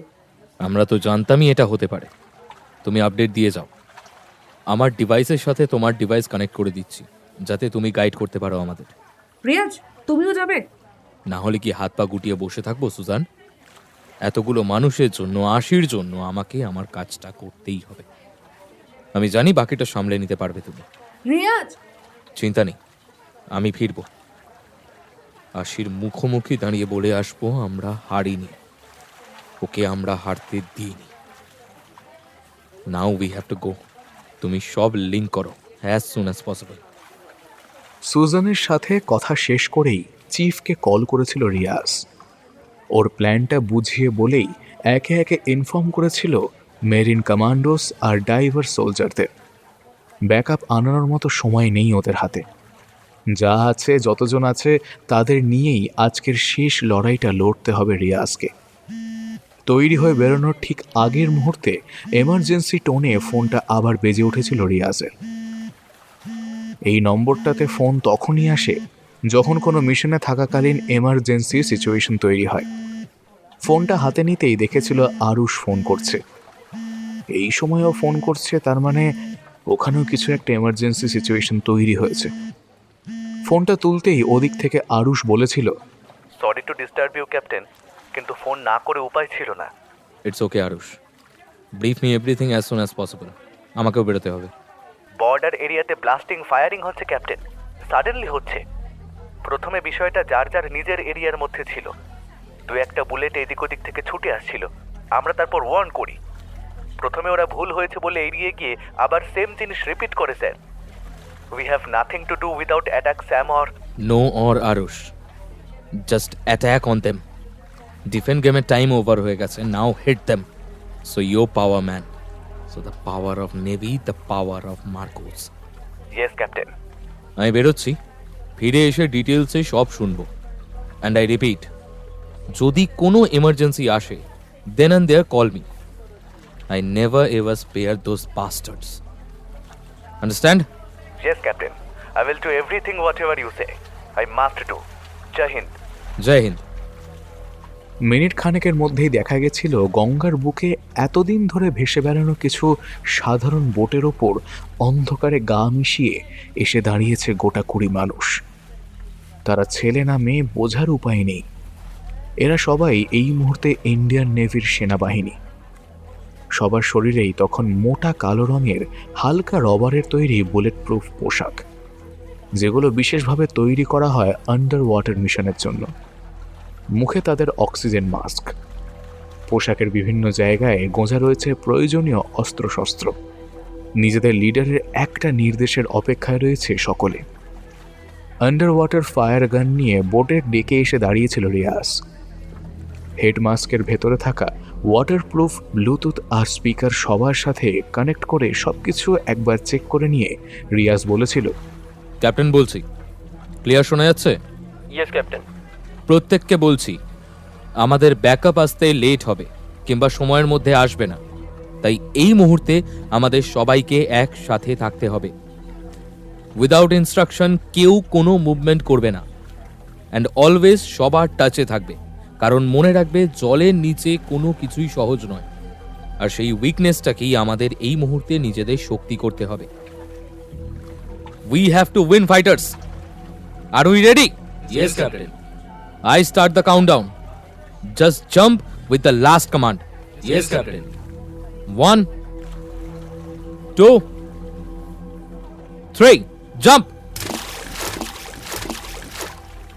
সন্ধ্যা পেরিয়ে রাত নামছে ধীরে ধীরে। রাত হোক আর দিন, একটা জায়গার পর জলের নিচের পৃথিবীর সাথে আলোর পৃথিবীর খুব একটা যোগাযোগ থাকে না। সাধারণত রিয়াজদের এই ধরনের মিশনগুলো কোনো সমুদ্রের নিচে হয়। গঙ্গার গভীরতা এখানে সমুদ্রের মতো না হলেও যথেষ্টই ভালো। সবচেয়ে বড় কথা, গঙ্গা এবং যমুনা দুটো নদীর মিলনস্থল বলেই এখানে চোরাস্রোত খুবই বেশি। তার সাথে নিজেদের আড়াল করে রাখার জায়গাও কম। এখানে ডাইরেক্ট অ্যাট্যাক ছাড়া বেঁচে ফিরে আসা কাইন্ড অফ ইম্পসিবল। প্রথম থেকেই তাই অ্যাটাকের স্ট্র্যাটেজি নিয়েই টিমকে তৈরি করেছে রিয়াজ। যেটুকু সময় পেয়েছিল তাতেই একটা বেসিক প্ল্যানিং রেডি করে নিয়েছিল ও। সুজানের ডেটা ওয়াইজ ওদিক থেকে গোটা 30 টেররিস্ট থাকতে পারে খুব বেশি হলে। কয়েকজন হয়তো প্রপার ট্রেইনড পারসন, কিন্তু বেশিরভাগই পরে তৈরি করে নেওয়া ছেলে। তারা কতটা প্রফেশনাল সেটা জানা নেই, তাই চাইলেও বিষয়টা খুব হালকাভাবে নিতে পারেনি ওরা। যদি কম বেশি সবাই ফ্লুয়েন্ট হয় আন্ডার ওয়াটার সাইটে, সেক্ষেত্রে মাথা ঠান্ডা করে কাজ করতে না পারলে অনেক কিছুই হতে পারে। জলে নেমেই দুটো দলে ভাগ হয়ে দুটো দিক বরাবর একটা নির্দিষ্ট দূরত্ব রেখে এগোচ্ছিল রিয়াজরা। সুজান ইনস্ট্রাকশন দিয়ে যাচ্ছে সব সময়। লোকেশন খুব দূরে দেখাচ্ছে না। এই মুহূর্তে ওদেরকে যতটা সম্ভব ভেতরের দিকে ঠেলে নিয়ে যেতে হবে, কারণ তীরের যত কাছাকাছি ঘটনাটা ঘটবে লোকজনের চোখে পড়ার আশঙ্কাও ততই বাড়বে। মাথার সাথে লাগানো আলোগুলো নিভিয়ে দিতে বলেছিল রিয়াজ। যতটা সম্ভব নিস্তব্ধে জলের ভেতর তার বুক চিরে নিজেদের অস্তিত্ব জানা না দিয়েই এগোচ্ছিল রিয়াজের টিম। খানিকটা দূরে যেতেই চোখে পড়েছিল কালো কালো ছায়াগুলো। জলের খুব গভীরে যেমন সূর্যের আলো পড়ে না, তেমনই তার অভাব মিটিয়ে দিতেই বোধহয় জল নিজেই নিজেকে এক অদ্ভুত আলোয় মুড়ে রাখে। গঙ্গার জল এমনিতে ঘোলাটে হয়, কিন্তু কোনো এক অদ্ভুত কারণে, কিংবা যমুনা আর গঙ্গা আর না থাকা সরস্বতী নদীর প্রভাবেই হয়তো এখানকার জল সবজেটে নীল, যেন নীলচে শাড়ির আঁচল দিয়ে কোনো মা ঢেকে রেখেছে তার সন্তানকে। রিয়াজদের কাছে বিষয়টা খুব অজানা নয়, তবে যারা এসেছিল তারা বোধহয় সমুদ্রের স্বচ্ছতার সাথে একটু বেশিই পরিচিত। রিয়াজ বুঝতে পারছিল এই সুযোগটাই নিতে হবে ওদের। মাথার ওপর জ্বলে থাকা আলোর জন্য জলের মধ্যে থাকা হালকা ঘোলাটে ভাবের প্রভাবে একটু অসুবিধাই হচ্ছিল লোকগুলোর। একজন আরেকজনের সাথে কথা বলে জিজ্ঞেস করেছিল, কাজটা সেই করছি তো? এটা সমুদ্র নয় ভাই সাহাব, এটা গঙ্গা মাইয়া আছে। এখান থেকে এত সহজে ভেতরে যেতে পারবো আমরা? खुद का देश चाहिए कि नहीं चाहिए কর সাহেব? পন্ননজির বাত ইয়াদ আছে তো? আমাদের নিজেদের মিট্টি চাই, যেভাবেই হোক আমাদের চাই। তার জন্য যেটা আমাদের করতেই হবে। একবার নজর এড়িয়ে শুধু ঢুকে পড়তে পারি আমরা, তারপর নিজামাত আছে, বরখা আছে, বলবীর আছে, ওদের একটা বুলেট একসাথে 10 জনকে ঘায়াল করতে পারে। বলে যাস না কর, আজকের পর আমাদের নিজেদের মুলুক হবে। আসলে আপনি মৃত্যুদের মালিক। হ্যাঁ, আমরা আজকের পর এটাই বলবো। জি বীরগুরু। Then let's go. জি। ধীরে ধীরে জল কেটে এগিয়ে যাচ্ছিল খালিস্তানিদের গ্রুপটা। তার সাথে রয়েছে কয়েকজন ভিনদেশি কমান্ডোরাও। তাদের ইনস্ট্রাকশন অনুযায়ী একটু একটু করে তীরের দিকে এগোচ্ছিল ওরা। মাঝে মাঝে সতর্ক হয়ে দেখার চেষ্টা করছিল আশেপাশের জায়গাগুলো। যতই ওদের মধ্যে বেশিরভাগ ছেলেই শার্প শুটার হয়ে থাকুক না কেন, ইন্ডিয়ান আর্মির টহলদারি এড়িয়ে ভেতরে ঢোকাটা এতটাও সহজ নয়। হঠাৎ করেই পেছন থেকে কয়েকজনকে কারা যেন টেনে নিয়ে নেমে গেল জলের গভীরে। প্রথমে বিষয়টা বুঝতে না পারলেও খালিস্তানি আর তাদের দলটা একটু পরে বুঝতে পেরেছিল যে বেশ কয়েকজন নেই ওদের দলের। সাথে সাথেই পজিশন নিয়ে দাঁড়িয়ে পড়েছিল সকলে। কিন্তু একদিকে গঙ্গা যমুনার এলোমেলো স্রোত, তার ওপর আবার অস্পষ্ট ভিউ, সব মিলিয়ে ভেতর ভেতরে নিজেরাও যেন ঘাবড়ে যাচ্ছিল। এক রাউন্ড এলোপাতারি গুলি চালিয়ে আবার এগিয়ে যাওয়ার কথা যখন ভাবছে, ঠিক তখনই পেছন থেকে অন্ধকারকেই বন্ধু বানিয়ে ওদের ওপর ঝাঁপিয়ে পড়েছিল রিয়াজের টিম। জলের ভেতর শারীরিক শক্তির চেয়ে মানসিক স্থিতি ঠিক রাখাটা বেশি দরকার। একটু আগের এলোপাতারি ফায়ারিংয়ের সময় রিয়াজের টিমের 2-1 জনের হাতে পায়ে ফ্লোচিট ঢুকে পড়েছে। কারণ বুট আর পিঠের অংশগুলো বুলেট প্রুফ হলেও বাকি পোশাক সেরকম হয় না। তাদের সাইডে রেখেই এক এক করে লোকগুলোর ব্যবস্থা করতে শুরু করেছিল ততক্ষণে রিয়াজরা। না, 2-1 জন ছাড়া বাকিদের নিয়ে খুব একটা সমস্যা পোহাতে হয়নি রিয়াজদের। শ্যুট করতে জানলেও আন্ডার ওয়াটার ওয়ার্ক এক্সপিরিয়েন্স সবারই ভীষণ কম ছিল। তবে একজন চেষ্টা করেছিল একটা ব্লাস্টিং করার। শেষ মুহূর্তে রিয়াজের টিমের একজন বিষয়টা সামলে নেয়। জলে নামার ঘন্টা 3-এর মধ্যেই পুরো বিষয়টা যেভাবে সামলে নিতে পারবে কিছুক্ষণ আগেও ভাবেনি তার রিয়াজ। একটা বড় দড়ি বের করে কয়েকজন মিলে বডিগুলোকে বেঁধে রাখছিল। এখানেই ফেলে রাখবে ওদের, কিন্তু বড় পাথর নেই আশেপাশে কোথাও। অগত্যা এটা ছাড়া গতি ছিল না। এতগুলো বডি জলে ভেসে উঠতেও সপ্তাহখানেক সময় লাগবে। যারা উন্ডেড হয়েছে তাদেরকে আগে পাঠিয়ে দিয়ে কয়েকজনকে নিয়ে কাজটা শেষ করছিল রিয়াজ। হঠাৎ করেই সুজান কানেক্ট করেছিল ওর সাথে। রিয়াজ, রিয়াজ, শুনতে পাচ্ছ ক্যাপ্টেন? হ্যাঁ বলো। Your position clear. Mission complete? I think so. Thank God, but someone need you right now. কি হয়েছে ঠিক করে বলো। যত তাড়াতাড়ি সম্ভব নিজের লঞ্চে ফিরে এসো। আরুষ কন্ট্যাক্ট করতে চাইছে তোমার সাথে। জলের নিচে ওটা সম্ভব নয়। Medically he is in danger. আমি ফিরছি, তুমি ওর সাথে আমার কথা বলানোর ব্যবস্থা করো। কতক্ষণ লাগবে ফিরতে? আই ডোন্ট নো, তবে চেষ্টা করছি যত তাড়াতাড়ি সম্ভব উঠে আসা। তুমি শুধু কানেক্ট করো ওকে আমার সাথে। কয়েকজনকে বাকি কাজের ইনস্ট্রাকশন দিয়েই লঞ্চের দিকে এগিয়ে গিয়েছিল রিয়াজ। আরুষ কন্ট্যাক্ট করতে চাইছে, তার মানে কিছু একটা তো। না, বেশি ভাববার মতো সময় নেই ওর কাছে। নিজের সব শক্তি দিয়ে হাত পা চালাচ্ছিল রিয়াজ। এই মুহূর্তে খুব তাড়াতাড়ি ওর ডেকে পৌঁছানো দরকার। ঝুলিয়ে রাখা সিঁড়ি দিয়ে উঠতে উঠতেই আরেকটা ইয়ারফোনে ততক্ষণে সুজানের সাহায্যে যোগাযোগ তৈরি করা হয়েছে আরুষের সাথে। রিয়াজকে কন্ট্যাক্ট করতে পেরেই ওদিক থেকে ভেসে এসেছিল আরুষের টেনশনে ভরা গলার আওয়াজ। Captain, captain are you there? Yes Arush, কি হয়েছে? It's a trap captain. আমাদের 3টে সাবমেরিনকে কাইন্ড অফ ঘিরে ফেলেছে ওরা। ফায়ারিং আগে শুরু হয়েছে। Now they are going for ballistic missile. We have no way to move. Come down Arush, come down. ওদের লোকেশন বলো, আর কতগুলো সাবমারিন ওদের? 4টে ক্যাপ্টেন। ওকে ফাইন, মাথা ঠান্ডা করে আমার কথা শোনো। 4টে সাবমারিন মানে মিডলে 3টে গ্যাপ থাকছে। সো স্লোলি মুভ করে গ্যাপিংগুলোর কাছে নিজেদের সাবমারিনগুলোকে প্লেস করো আগে। ওকে ক্যাপ্টেন, কপিড। বাকিরাও শুনছে। You please continue. কন্টিনিউ করার কিছু আর নেই, কনফিউজড করো ওদের। মিসাইল ফিক্স করে একবার ফাইনাল সুইচ অন করে দিলে তার রুট চেঞ্জ করা যায় না। তুমি কোন পজিশনে আছো? মিডলে ক্যাপ্টেন। দেন লিসন কেয়ারফুলি। পাশে দুটো সাবমারিনকে এমনভাবে মুভ করতে বলো যেন ওরা সাইড কাট করতে চাইছে, and you go for down. Copied captain. কিন্তু তারপর? আইওয়াস আরুষ, মাথা ঠান্ডা রাখো। ওদেরকে জাস্ট ডাইভার্ট করতে হবে মুভমেন্ট দেখিয়ে। ঠিক মিসাইল লঞ্চ করার পরেই তুমি নিচে নয়, উঠে যাবে ওপরের দিকে। আর বাকি দুটো সাইড দিয়ে বের করে নেওয়ার সময় কি হবে? না, হবে না।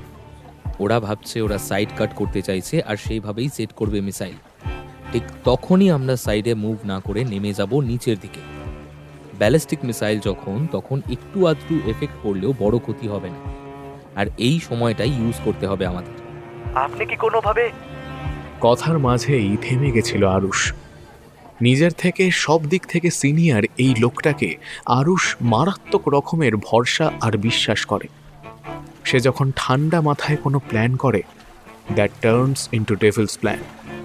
আর এই মুহূর্তে যেটা আরুষের মাথায় এসেছে সেটা হলে তো আরুষ থামতেই ওপারে বসে রিয়াজ একটু হেসেই ছিল, শান্ত ঠান্ডা হাসি। তারপর ধীরে ধীরে বলেছিল, এটা কোনো অফিসিয়াল অ্যাট্যাক ছিল না আরুষ। ওরা যেইভাবেই হোক ডিনাই করবে। আমাদের কাছে কোনো ইনফরমেশন নেই, তাই এভাবে যুদ্ধ হয় না। তাই রিল্যাক্স থাকো, কোনো প্রশ্ন চেয়েও কেউ তুলবে না। So relax and go for your cruise missile. বলেছিলাম না আরুষ, সময় এলে ডিফেন্স নয়, অ্যাট্যাক হবে। And now our turn. Go man. Cruise মিসাইলগুলো টম ক্রুজের মুভির জন্য শুধুমাত্র বানিয়ে রাখা হয়নি। ইন্ডিয়ান নেভি ওটা ইউজ করতেও পারে। জাস্ট শো ইট দেম, দেখিয়ে দাও। ইয়েস স্যার, আমরা রেডি। তোমার ফোনের অপেক্ষায় থাকছে, and you deliver me the news of victory as soon as possible. Okay? Of course captain. Jai Hind. Jai Hind. 24শে ফেব্রুয়ারি 2025, প্রয়াগরাজ, কুম্ভ মেলা। ডেকে ভিজে পোশাকেই বসে পড়েছিল রিয়াজ। কথা বলছিল আরুষের সাথে। ওর টিমের বেশ কয়েকজন চলে এসেছে অলরেডি, যারা আহত হয়েছে তাদের নিয়ে।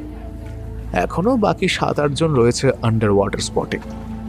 অতগুলো বডি এমনি তো আর ফেলে দিয়ে আসা যায় না। না, অন্য কোনো মিশন হলে হয়তো এইসব নিয়ে ভাবার সময় অত থাকতো না। অ্যাকচুয়ালি থাকেও না। যুদ্ধের ময়দানে এগোতে এগোতে পেছনে বন্ধু, মেন্টর, টিমমেট কত পড়ে থাকে। ওদের তবুও থামার নিয়ম নেই। সেখানে তো এরা শত্রু, কিন্তু এই মুহূর্তে ওদের ওপরে ইনস্ট্রাকশন আছে যে যাই হয়ে যাক সাধারণ মানুষ প্যানিক করতে পারে এমন কিছুই চোখের সামনে তাদের আসতে দেওয়া চলবে না। মিডিয়ার মুখরোচক চানাচুরের ব্যবস্থা তো আরোই করা চলবে না। সেক্ষেত্রে বডিগুলোকে সাইজ করা ছাড়া ওদের হাতেও কোনো অপশান নেই। কারণ আরও কটা দিন অন্তত যতক্ষণ না পর্যন্ত ফাঁকা হচ্ছে ততক্ষণ পর্যন্ত গঙ্গার বুকে একটা লাশ ভেসে ওঠার মানে কন্ট্রোভার্সির বীজ নিজের হাতে ছড়িয়ে দেওয়া। যদিও এভাবে রাখা সম্ভব নয় কিছুই, ফিল্ডের কমান্ডোদের জানাতে হবে। সময় সুযোগ বুঝে বাকি কাজটা ওরাই করে নেবে। অন্তত ততক্ষণ পর্যন্ত একটা ব্যবস্থা করে রাখছে রিয়াজরা। আরুষের সাথে কথা শেষ হওয়ার আগেই রিয়াজ দেখেছিল under water proof swim bird hydro active মাইকটা ব্লিঙ্ক করছে।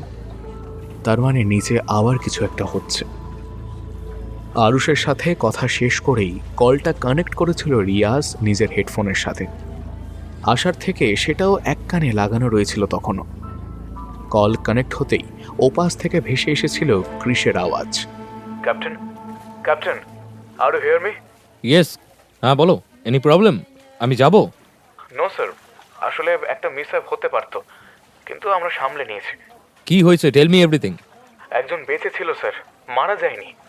He wanted to press some remote, but thank god last মোমেন্টে আতর নোটিসড হিম।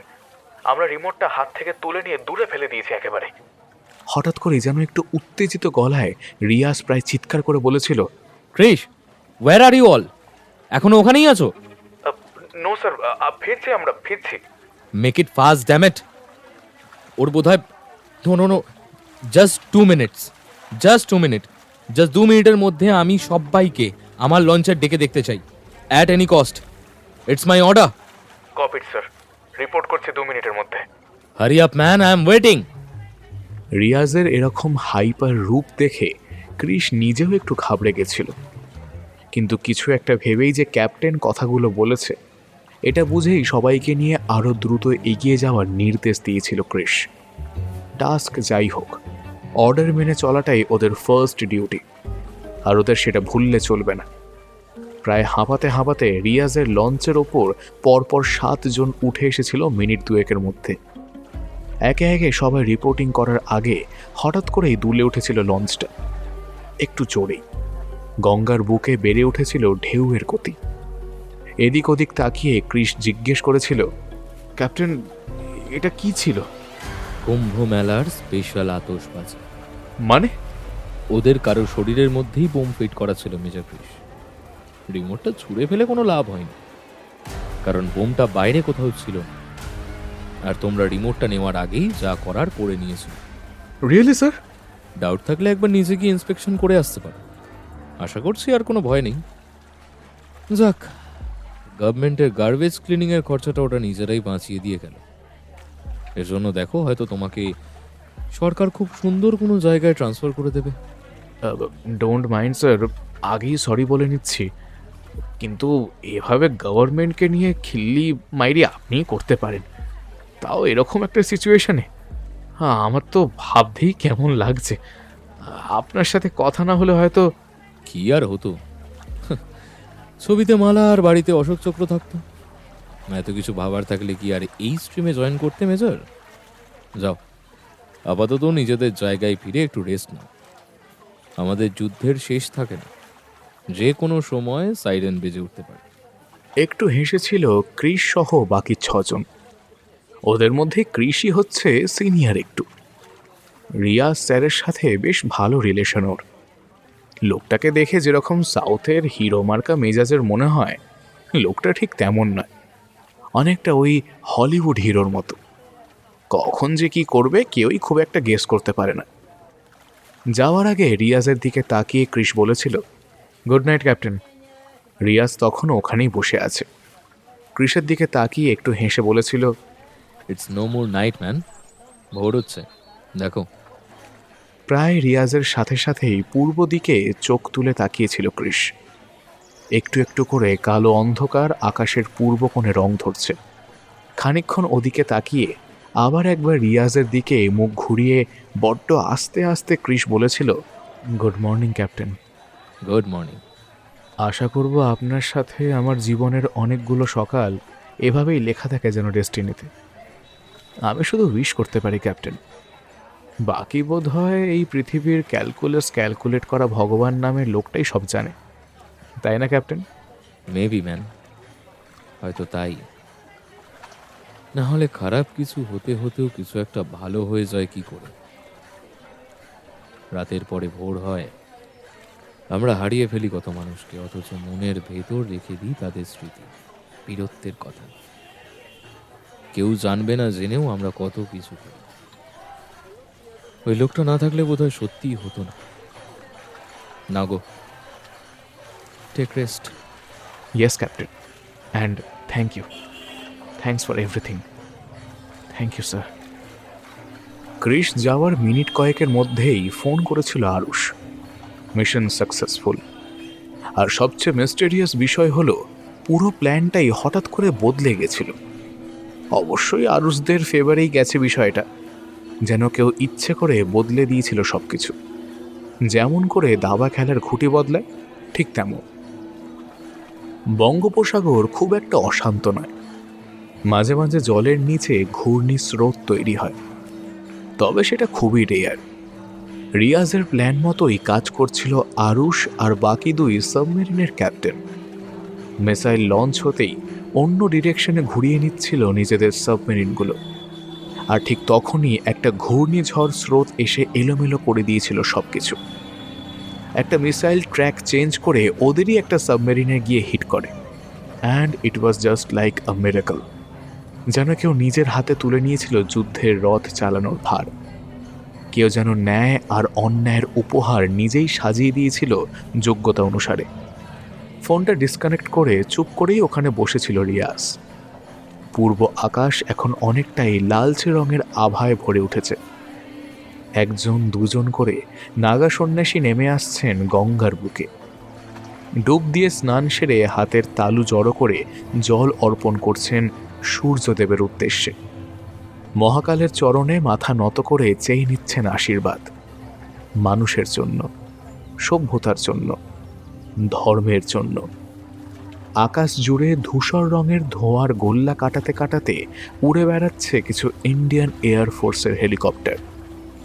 ওপর থেকে বাজের মতো নজর ছড়িয়ে রাখছে মাটির পৃথিবীর ওপর। রিয়াজ জানে জলের বুকে ও আরুষ, কৃষের মতো অনেকগুলো মানুষ ছাড়াও মাটির বুকে দাঁড়িয়ে এই মুহূর্তে প্রহরীর কাজ করে চলেছে অসংখ্য মানুষ। যেন সত্যিই যুদ্ধক্ষেত্রে চক্রব্যূহ রচনা করছে কোনো অদৃশ্য শক্তি। আকাশ, মাটি, জল সমস্ত কিছু জুড়ে বৃত্তাকারে ঘুরে চলেছে কোনো সুরক্ষার সুদর্শন চক্র।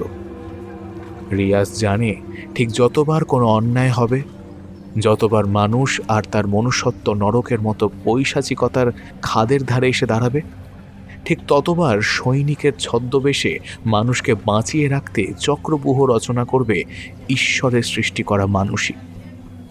কুম্ভমেলা আবার হবে প্রতি বছর। আরও কোনো 144 বছর পর মহাকুম্ভ মেলা হবে।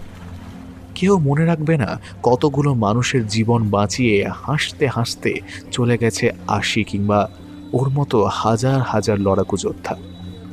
কেউ মনে রাখবে না সুজন, রিয়াজ, মাহির, কৃষ কিংবা রাজা কৃষ্ণনকে। রাজনীতির ইতিহাসে এইসব গল্প হারিয়ে যাবে এমনি।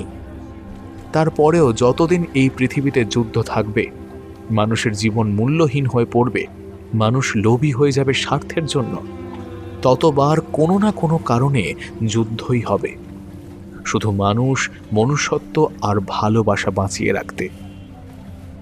দূরে কোথাও শাঁখ বেজে উঠেছিল ভোরবেলা, যেন যুদ্ধের দামামা বাজা শেষ করে শান্তির বাণী ছড়িয়ে দিল সেই শঙ্খ নিনাদ আকাশ বাতাস জুড়ে।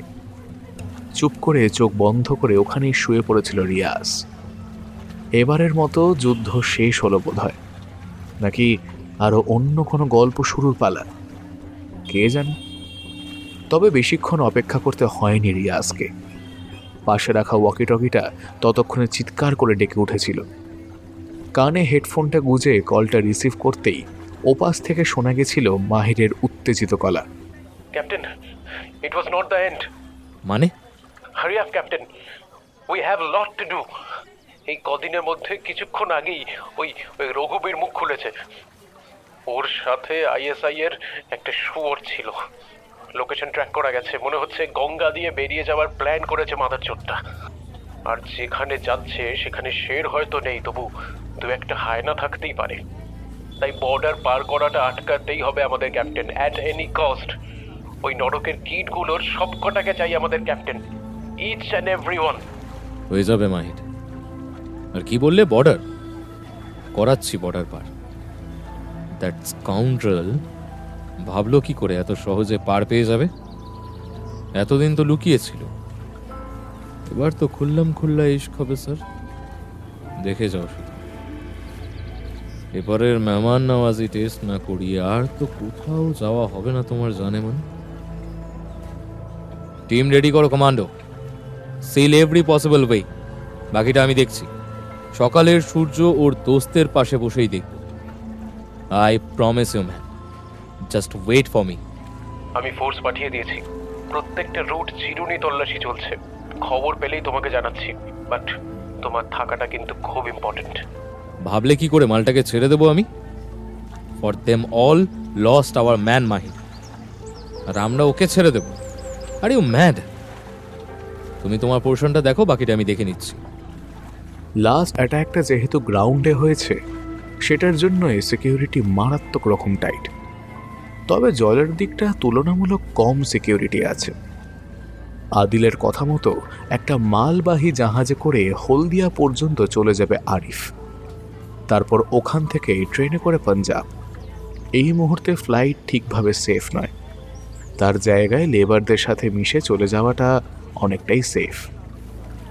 জাহাজ ছাড়া পর্যন্ত একটা টেনশন ভেতর ভেতর কাজ করলেও জাহাজটা ছেড়ে দিতেই একটু নিশ্চিন্ত হয়েছিল আরিফ। আদিলকে ফোন করে কনফার্ম করে দিয়েছিল যাওয়ার কথা। এই ফোনটা আর রাখা যাবে না, একেবারে হলদিয়া পৌঁছে কোনোভাবে আদিলের সাথে যোগাযোগ করে নেবেও। প্রয়াগরাজের স্টোরি প্রয়াগরাজেই দফন হয়ে যাওয়া ভালো। ফোন থেকে সিমটা খুলে নিয়ে ফোন আর সিম দুটোকেই ভেঙে টুকরো করে জলে ফেলে দিয়েছিল আরিফ।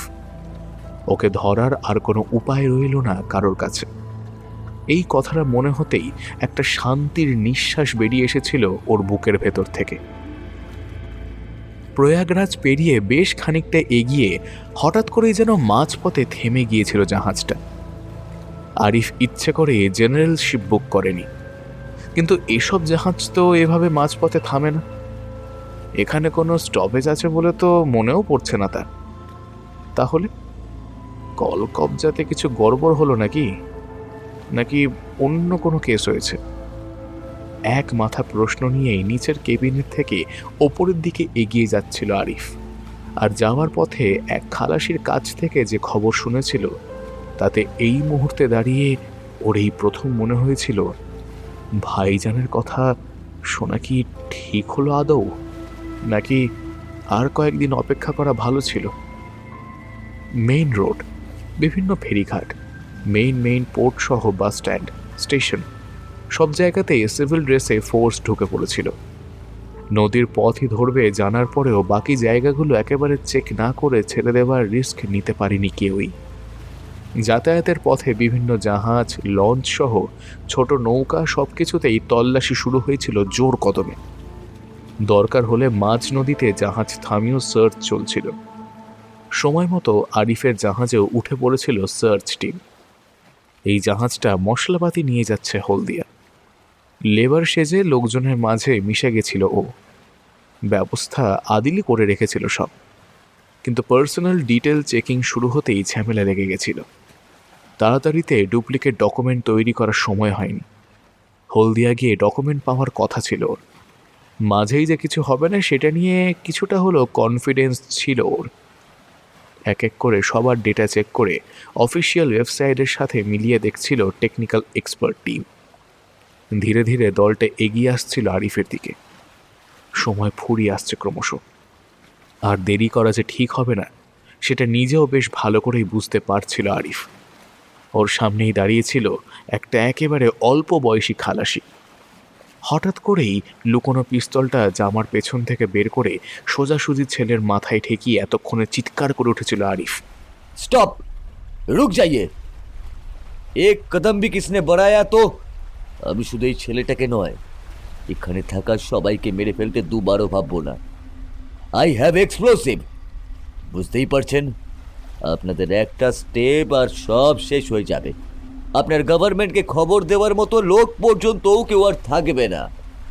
হঠাৎ এই আক্রমণে প্রথমে সবাই একটু চমকে গেলেও টিম লিডার মাথা ঠান্ডা করে জিজ্ঞেস করেছিল, ওকে ওকে, কাম ডাউন, আমরা কিচ্ছু করব না তোমাকে। বাচ্চা ছেলেটা, কি হবে ওকে ভয় দেখিয়ে? তার চেয়ে আমাদের সাথে কথা বলো। এই তো, কি সুন্দর করে সব বুঝে গেলেন অফিসার। এক কাজ করুন, আমাকে যত্ন করে হলদিয়া পৌঁছে দেওয়ার ব্যবস্থা করুন। ওখানে আমি আমার রাস্তায় চলে যাব, আর ইয়ে লড়কা আপনাদের কাছে ফিরে যাবে। আর ততক্ষণ পর্যন্ত কোনো চালাকি নয়। আচ্ছা, তাই হবে, তাই হবে, তাই হবে। জাহাজ চলতে শুরু করতে বলবে, আর সবার কাছে জার্মস আছে এক্ষুনি নিচে রাখো, না হলে বুঝতেই পারছো আমি কি করতে পারি। মরতে মিয়া ভয় পায় না, তবে মরতে হলে সাথে করে কয়েকজনকে নিয়ে যেতে পারলে মন মে সুকুন আসবে। বুঝতে পারছেন কি officer? Now now now, hurry up, put down your weapons fast. আরিফের কথা মতো জনাদশেকের টিমটা ও যা যা বলছিল তাই তাই করছিল। ওদের মধ্যে যে লিড করছিল তার ইয়ারফোনে সরাসরি কন্ট্যাক্ট ছিল মাহির। আসলে আরিফের নয়, মাহিরের কথা শুনে আরিফের অর্ডার ফলো করছিল ওরা। মাহিরের ফোনটা পাওয়ার পর ক্রিসদের ফোন করে কিছু ইনস্ট্রাকশন দিয়ে তৈরি হতে ডেক থেকে নেমেছিল রিয়াজ। পোশাক বদলায়নি, তবে কিছু জিনিস নেওয়ার কথা আছে। জলের সাথে সাথে এবার হয়তো মাটিতে দাঁড়িয়েই লড়াই করতে হবে, তাই প্রিপারেশন নেওয়া। পেছন থেকে একটা বড় লঞ্চে করে এগোচ্ছিল রিয়াজের টিমটা। নির্দিষ্ট জাহাজের বেশ কিছুটা কাছাকাছি এসে কিছু জিনিস ক্রিসকে বুঝিয়ে এখানে নেমে গেছিল রিয়াজ। বাকি রাস্তাটা সাঁতার কেটেই চলে যাবে, নজর এড়িয়ে জাহাজে পৌঁছানো যাবে সহজে তাতে। ওখানে পৌঁছে ক্রিসদের কনফার্ম করলে এগিয়ে আসবে ওরা। চারদিক থেকে ঘেরা হয়ে গেছে বুঝতে পারলেই ছেলেটা ভুলভাল কাজ করতে পারে, আর সেটাই হতে দিতে চাইছে না ও। জাহাজের কিল ধরে নিজেকে একটু তুলে জল রাখার জন্য ইউজ করা ডাবল বটমকে ইউজ করে ভেতরে ঢুকে পড়েছিল রিয়াজ। ওপরে ততক্ষণে নিজের কাজ করতে শুরু করে দিয়েছিল আরিফ। তবে একা থাকায়, কোনো ব্যাকআপ না থাকায় সব দিকে নজর দেওয়া ওর পক্ষে সম্ভব ছিল না। আর ওর সেই দুর্বলতারই সুযোগ নিয়েই ভেতরে ঢুকে পড়েছিল স্বয়ং রিয়াজ। আরিফের কাছে এই মুহূর্তে বোরে বলতে ছিল কয়েকটা মানুষের প্রাণ, আর ইন্ডিয়ান আর্মি যে ওদের জন্য সব করবে এটাও ও জানত। খানিকটা সেটার উপর বেস করেই নিজের জন্য সেফ জোন খুঁজছিল ও। ধীর পায়ে সাপথ চিতার মতো মিডল ডেক পোর্শনে এসে থেমেছিল রিয়াজ। সরাসরি উঠতে গেলে আরিফ দেখতে পাবেই ওকে। হতেই পারে ওকে কিছু করতে না পেরে ওই সাধারণ মানুষগুলোর কাউকে ক্ষতি করলো ও। রিস্ক নেওয়ার সুযোগ নেই, তবে এগিয়ে যাওয়ার সুযোগ যেন সময় আর জাহাজের কিছু অংশই করে দিয়েছিল। বড় বড় পেটিতে করে জিনিসপত্র যেত, আর সেগুলোকে ঠিক জায়গায় আটকে রাখতে কিছু রড পরপর রাখা ছিল একটা পাশে। সেগুলোকে ডজ করে যেতে পারলেই একটা ছোট্ট জানালার মতো অংশ আছে, আর এইটুকু পথ পেরিয়ে যেতে পারলেই কেল্লা ফতে। ছেলেটার মাথায় বন্দুক তাক করেই আরিফ ওই টিম হেডের দিকে তাকিয়ে বলেছিল, নিন আর সময় নষ্ট করবেন না, একে একে জলে ঝাঁপিয়ে পড়ুন দেখি এবার। এ আমার সাথেই থাকবে, আর জাহাজের ক্যাপ্টেনও। হলদিয়া পৌঁছে গেলেই আমার মুক্তি, আর এদেরও ছুটি। তাই নাকি? তা কিরকম মুক্তি চাই তোর? বেহেস্তওয়ালা নাকি আমাদের স্পেশালওয়ালা? পেছন থেকে কথাগুলো শুনতেই ঝনঝন করে উঠেছিল আরিফের শরীরটা। কারণ শুধু শব্দ নয়, একটা ধাতব কিছুর ঠান্ডা ছোঁয়া এসে টাচ করেছিল ওর মাথায়। আরিফ জানে জিনিসটা কি হতে পারে, কিন্তু ইয়ে বান্দা এখানে কি করে টপকে পড়ল? কিন্তু ভয়টা বুকের ওপর চেপে রেখেই গলাটা শক্ত করে বলল আরিফ, কেয়া মিয়া, পেছন থেকে হামলা করছো? হিন্দুস্তানিরা কি সামনে থেকে হামলা করতে ভুলে গেছে নাকি? নাকি ডর লাগছে জনাব? ঠিক বলেছিস রে। শালা এমপি এমএলএ গুলোর জন্যই খুল্লাম মেহমান নামাজিবি করতে পারি না ঠিকঠাক করে। সেটাই শুধরে নিতে এসছি বেফাজের। চল, তোর সব শখ মেটাবো। এ গলতি করবেন না, আমার হাতের বুলেট চলতে সময় লাগবে না। কিছু না বলেই একটা গুলি চালিয়ে দিয়েছিল রিয়াজ আরিফের হাত বরাবর। করে একটা আর্তনাদ করে উঠেছিল আরিফ। আরিফের হাতের পিস্তলটা ছিটকে পড়েছিল একটু দূরে, আর কাঠের পাটাতনে ছড়িয়ে পড়ে ছিল উষ্ণ রক্তস্রোত। অফিসারেরা এসে ওকে ধরতেই রিয়াজ এসে দাঁড়িয়েছিল ওর সামনে। তারপর শান্ত অথচ হিস হিসে গলায় বলেছিল, তোদের হাতের বুলেট চলতে সত্যি সময় লাগে বেশ করে, আর আমাদের কথা বলার আগে বুলেট চলে। বেঁচে থাকলে এই সব কটা দিন মনে রাখিস, কেমন? উঠে দাঁড়িয়ে টিমের দিকে তাকিয়ে রিয়াজ আবার বলেছিল, মাহির অন কল আছে? Yes captain. I want to talk. Of course captain. নিজের কান থেকে খুলে মাইক উইথ স্পিকারটা রিয়াজকে দিতেই ও বলেছিল, Mahir, yes. As soon as possible দুটো মালকেই এলাহাবাদের সেফ হাউসে ট্রান্সফার করো।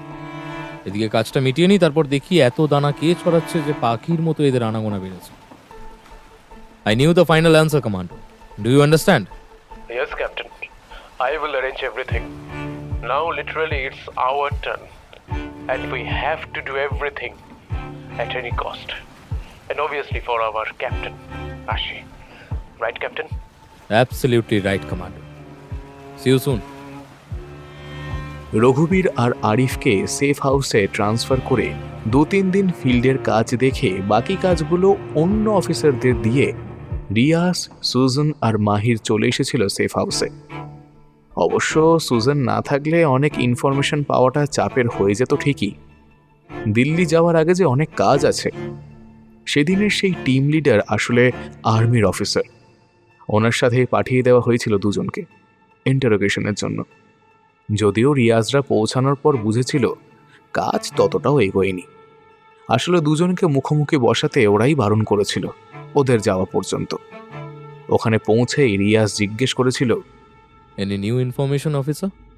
নো স্যার, সেই একই কথা কপচে চলেছে অ্যাজ এক্সপেক্টেড। এরপর মুখোমুখি বসান দুটোকে, দেখি জঙ্গলি শুয়োর আর সিংহের আদপেই কোনো মিল আছে কিনা। যদিও কোশ্চেন করাটা আউট অফ রুল, তবুও জানতে পারি কি ঠিক কি করতে চাইছেন। I think they need the extra dose sir. আর মুখ না খুললে তো এনকাউন্টার অপশন আছেই। এগুলোকে বাঁচিয়ে রেখে লাভ তো নেই কিছু। আছে অফিসার, আছে। এত তাড়াতাড়ি জান্নাতের রাস্তা খুলে দিলে কি কিছু হয়? চলুন আগে মেহমানদের সাথে মোলাকাত করি, আর পরের প্ল্যান পরেই না হয় করা যাবে। রিয়াজ আর মাহির গিয়ে রুমে ঢুকতেই একটু চমকি উঠেছিল রঘুবীর। তবে তারপরেও ও শান্ত ছিল। কিন্তু একটু পরেই আরিফকে নিয়ে অফিসার ভেতরে আসতেই ওর মুখের রং ফ্যাকাশে হয়ে গেছিল সাথে সাথে। দুজনের মুখের ওপর চোখ বুলিয়েই মাহির বলেছিল, আরে ক্যা বে, দোস্তকে দেখে তো দিল খুশ হয়ে যায় শুনেছি। হ্যাঁ, তা দুজনের মুখের অবস্থা এরকম হলো কেন? কিছু গন্ডগোল আছে নাকি? থাকলে এখনই বলে দিতে পারিস। জান্নাতের পথটা আমরা আসান করে দিতে পারি। কিন্তু আর কারোর কথা জানি না, আমি তো বলেইছি আমি কিচ্ছু জানি না। আরিফের জোর গলায় বলা কথাগুলো শুনে যেন একটু জোর রঘুবীরও পেয়েছিল। নিজেকে একটু শক্ত করে নিয়ে ও নিজেও বলেছিল, আমিও কিছু জানি না স্যার। শুধু শুধু এরকম অত্যাচার সাধারণ মানুষের উপর করা কিন্তু ঠিক নয়। ওকে ওকে ওকে, বুঝলাম। তোমরা কিছু জানো না, তাই তো? ভালো কথা। যদিও আমাদের অফিসাররা অনেক কিছুই প্রুফ পেয়েছে, কয়েকজন তো এনকাউন্টারের কথাও ভেবেছিল। আমি বললাম দরকার নেই, বাকরার কুরবানি এমনি এমনি না দিয়ে তাকে টোপ হিসাবে ইউজ করলে বেশি মজা লাগে। মানে মানে কি বলতে চাইছেন? এই যে কেউ একজন বেমুলকের বজ্জাত আমার এলাকায় ঢুকে এসে শের সাজার চেষ্টা করছে। ভাবলাম তোদের কুরবানি যখন দিতেই হবে, তখন একটা এক্সপেরিমেন্ট করি। কি এক্সপেরিমেন্ট? এই দেখবো আর কি, সিংহের ছদ্মবেশে কে রয়েছে, হাঁস নাকি হায়না। হায়না? হায়না কি স্যার? অফিসারের কথা শুনে একটু হেসেছিল রিয়াজ। তারপর চেয়ারে বসা অবস্থাতেই একটু আড়মোড়া ভেঙে বলেছিল, আমাদের বেঙ্গলে একটা জানোয়ার থাকে, খুব চালাক, নিজেকে সিংহ ভাবে, শুধু মাঝে মাঝে ভুলে যায় চালাকি করে শেয়াল হওয়া যায়। তবে সিংহের মতো একটুখানি দেখতে হলেই হায়না শের হয়ে যায় না। তাই বলছিলাম অফিসার, ঠিক কাজের জন্য বাঁচিয়ে রাখো এই মাল দুটোকে, হায়নার টোপ হিসাবে ইউজ করা যাবে। এই এই আপনারা আমাদের সাথে কি করবেন? হ্যাঁ, জানেন না আমরা কি করতে পারি? আমাদের গায়ে একটা আঁচড় পড়লেও আপনাদের জান নিয়ে পালানোর জায়গা থাকবে না। একদম ঠিক বলেছ মিয়া। এই তো ভাবছি পালানোর আগে একটু বেরিয়ে আসি। এটা শীতকাল না মাহির? শুনেছি পাঞ্জাবে এই সময় সরসোদি শাক আর মক্কে কি রুটির ডিমান্ডই আলাদা। তা টেস্ট করতে যাবে নাকি আমার সাথে?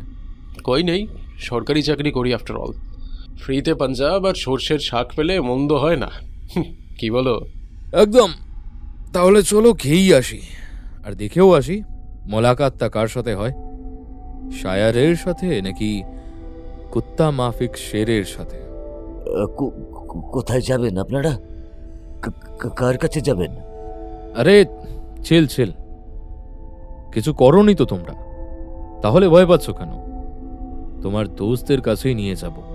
ওয়াদা করছি, এখানে যেমন আমাদের মুখোমুখি তোমরা বসে আছো, তোমাদের ভাইজানও তো আমাদের দোস্তদের মুখোমুখি বসে থাকতে পারে, তাই না? দেখা করতে যাবে না? এটা হয় না, হতে পারে না, না মুমকিন আছে। মিথ্যে বলছিস রে শুয়োরের বাচ্চা। চুপ সালা, চুপ, একদম চুপ। আর একটা শব্দ উচ্চারণ করলে ভাইজানের সাথে দেখা করার আগেই জাহান্নামে পৌঁছে দিয়ে আসবো। হাহ, এতক্ষণে সেটাই দিতাম। শুধু একটা কাজ বাকি আছে যে, তাই তো পারছি না কিছু করতে। কি কাজ?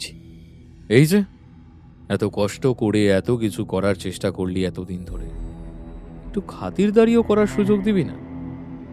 সেটা কি হয়? ইন্ডিয়ানরা সুদে আসলে সব মিটিয়ে দেয়, দোস্তিও দুশ্মনীও। হাতে আর কয়েক ঘন্টা সময় আছে, আল্লাহর কাছে দোয়া কর। তোর ভাইজানও বাঁচবে না, সেটা আমি কথা দিচ্ছি, তবে তোদের জন্য যেন মাফি দিয়ে দেন তোদের আল্লাহ, নাহলে এই রিয়াজ চ্যাটার্জি তোদের সব কিছুর দাম এক এক পয়সা মিটিয়ে দেবে, কথা দিচ্ছি।